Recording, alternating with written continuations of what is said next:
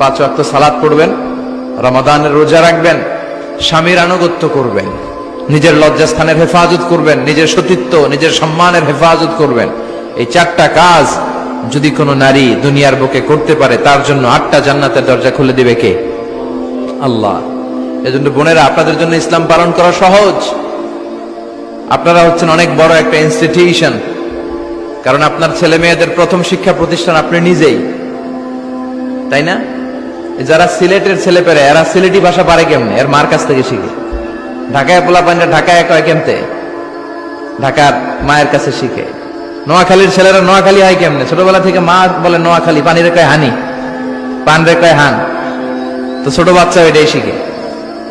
American ছোট ছোট বাচ্চা ইংরেজি পারে কেমনে? ওর মা থেকে শিখে। তাহলে মা প্রথম শিক্ষা প্রতিষ্ঠান নয়? মা হচ্ছে the first institution for every child.